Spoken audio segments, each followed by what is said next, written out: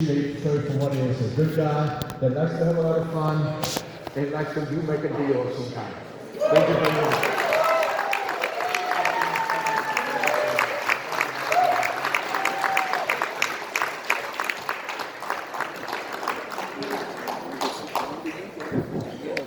The song is awesome. Henry, thank you so much. That was fantastic. You guys make some noise, not just because he wants to make some noise, but Henry's agent only allows him to speak in front of 10,000 people. And I told him there was a crowd tonight, so let's make some noise. Awesome. Can you guys hear me on this one pretty well? You better. Let's do it, guys. Press forward. We got a big part of the show coming up. I'm switching microphones. It's about to get better. Like really, really, really terrible on Trey. We have one more roaster, however. Oh, there we go. Perfect. We have his brother, Jayson. I didn't even know Trey had a brother. Oh, could we? But Jayson, I just want to say, man, I feel really, really sorry for you. I'm so bad, I know. I mean, we don't have to take the call. We can leave when we want to. You were stuck. I was stuck. And there's probably not a guy who's wishing any more that he was switched at birth. than you. But, after hearing about his incontinence issues and stuff like that, I think we all of us want to know, did you have the bottom bunk?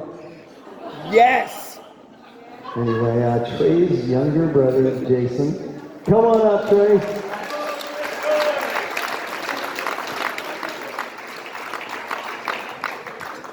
All right, let's finish up this shit show. Devin, I'm glad that you got the night off from the Lollipop Guild. That's very cool. We represent. Okay.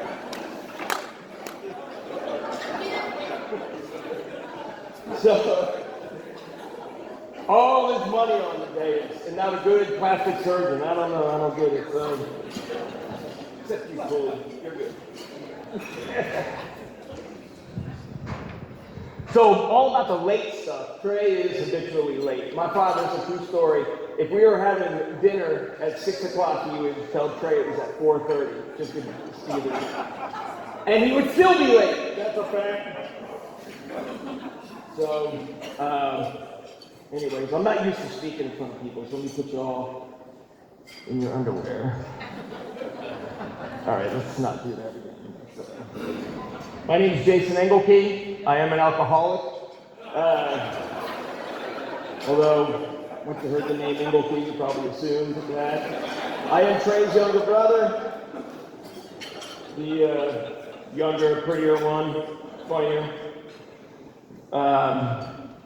Actually, you know, it was really sweet what Bo said about Deb. Deb, thank you for being the one. So I want to say thanks to Deb for that. She is humble, she's beautiful, and just a genuinely sweet person. So I do appreciate that. And that,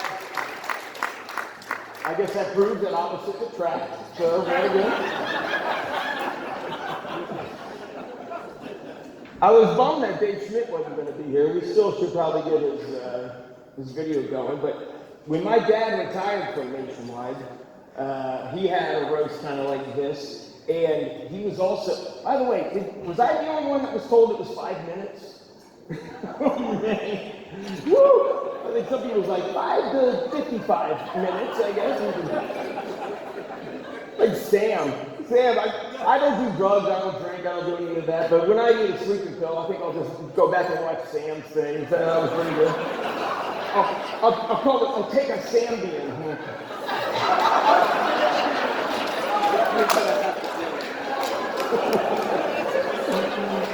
Anyways, Dave had the same thing. He said 3 to 5 minutes, and everybody, you know, for the most part, stuck to it. And then it was Trey's turn. Trey comes out with a Johnny Carson Karnak hat on and 20 cards, and he did a whole Karnak thing. It took about 45 minutes. To his credit, it was hilarious. It was great. It actually made the night. But yeah, He was late to that as well, and he didn't pay any attention to the time limit, so that was cool. Did I hear that Twisted Sister is going to be here? Does that Woo! Twisted Sister, that's cool. Nah, I'm kidding. Sister Hazel will be out, that's going to be fun. That song I have is great. Find the treasure down, the bed alone. I love it. So I was trying to think earlier. Let's see, he had his 40th birthday party. He was at Jackson's. I don't know how many of y'all were there or not. His 50th was at Roy's Steakhouse. I had to confirm if it was either that or Icy Sharks earlier. So 60 we have here. So this is going to be a milestone because your 70th, hope, willing that we make it all there. It will be your last big decade birthday without diapers on, I assume. So that'll be nice. So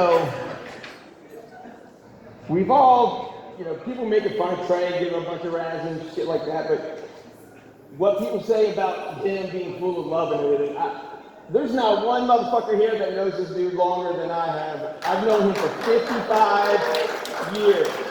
There's only 3 people on this planet that have known me my entire life, and he's one of them. And the other 2, I don't know if the planet is even appropriate. So, but one night we were all driving home from after a football game. It was me and Trey and Kevin and a few other people. And it was late at night, so you know what I mean. Everybody was doing that. And Trey was telling me, out of the kindness of his heart, to go to the doctor and get a checkup and stuff like that. And Kevin said, Jayson, what your brother is trying to tell you is that he loves you and he wants you to be healthy. And that's a true story. And I did. I went and saw a doctor and got a checkup and all that.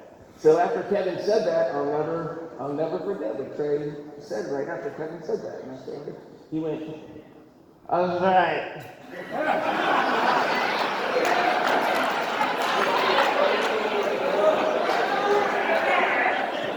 Right. Hey, I gotta pee. I will never forget those words. By the way, Bobby Brown, Trey's driver, thank you for being here, Bobby Brown. The reason why Trey got Bobby Brown as his driver is because he just fired his prior driver, Roger King. That's why I did that.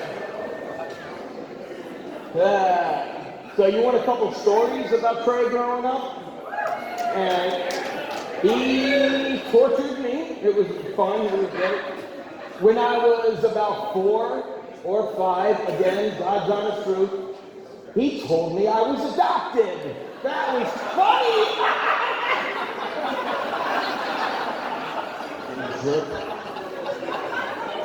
I cried my eyes out. And my father and my mom both took hours to convince me I wasn't adopted. And then I ran into my room and I heard my father yelling, God damn it, he wasn't supposed to know until he was 11. When I was 13, he was much bigger than me.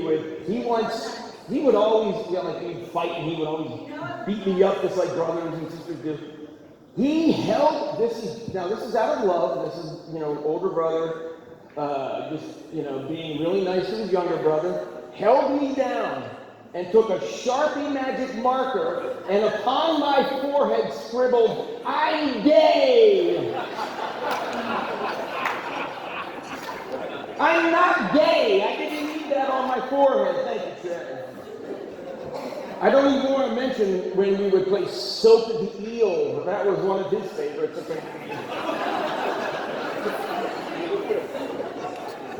But conversely, he is someone that you can call when you need bail money. I know this firsthand. You did it twice. Thank you, Trey, very much. Another true story.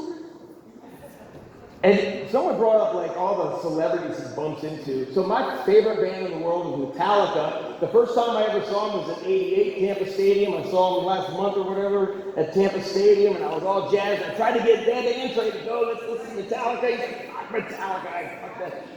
Monday morning after the concert, I wake up, I look at a text from Trey, sitting there holding hands, having a reach around with James Hetfield, the lead singer of Metallica. I texted him, how the fuck do you do this stuff? He's like, bitch, don't you know who I am? And I go, yeah, I forgot. Trey Angle.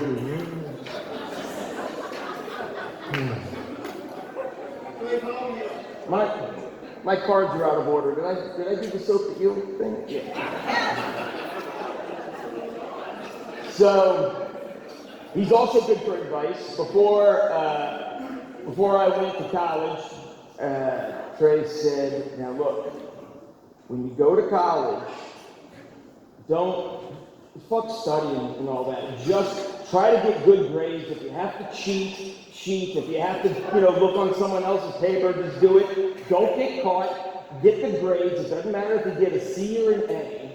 And I was like, I like it. Okay, I like that advice. It's a lot different than what others said. He's like, you know what they call the person who came in last in medical school? Doctor. I'm like, all right. I like that.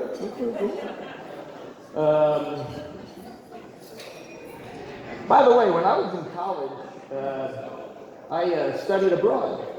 Her name was Lisa.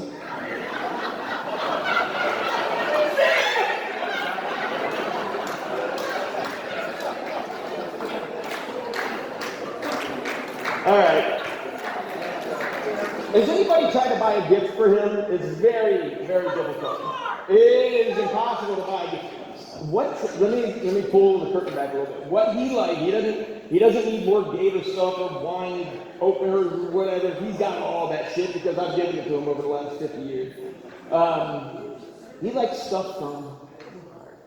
So a while ago, I was actually cleaning out my garage and found a box of rifle ammunition brass, just the empty casing, that our father had emptied while trying to zero in his rifle, which if you knew my father in guns, it took him several boxes of brass because he was not a good shot. And I was like, I wonder why I kept that. I have no idea why I did, but what I did in order to kind of come up with something cool, Trey, is I took up smelting.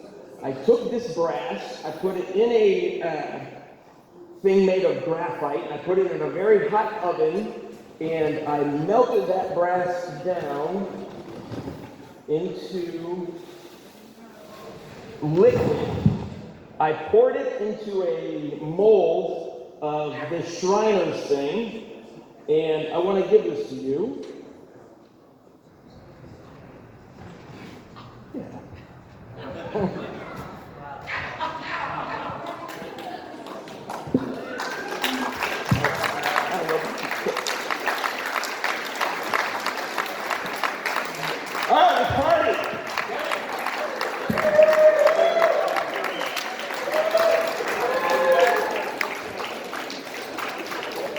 Sam Kennison, everybody. Way to go, Sam. That was awesome. He might be funnier than you never know. I know one thing.